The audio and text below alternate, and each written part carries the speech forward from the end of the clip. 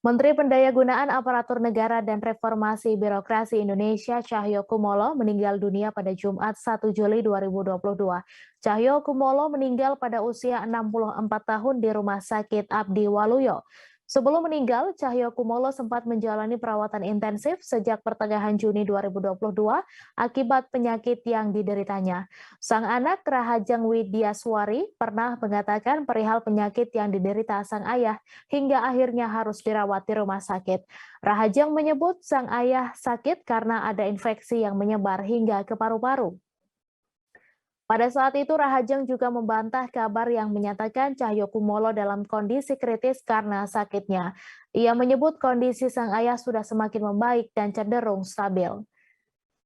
Hal senada juga disampaikan Sekretaris Kemenpan RB Rini Widiantini saat itu yang mengatakan Cahyo masih menjalani perawatan secara intensif di rumah sakit. Namun Rini tidak mengatakan perihal sakit yang diderita Cahyokumolo. Ia hanya meluruskan tentang kabar yang menyebutkan Cahyo dalam kondisi kritis. Saat dirawat di rumah sakit, Cahyokumolo sempat dijenguk oleh Presiden Joko Widodo.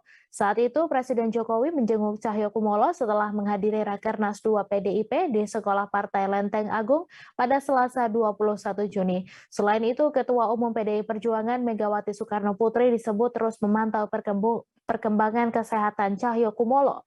Hal ini disampaikan oleh Ketua DPP PDIP Puan Maharani saat ditanya perihal kondisi kesehatan Cahyo yang kini sedang dirawat intensif di rumah sakit. Puan mengungkapkan Cahyokumolo saat itu masih dirawat di rumah sakit dan tengah dipantau oleh tim dokter.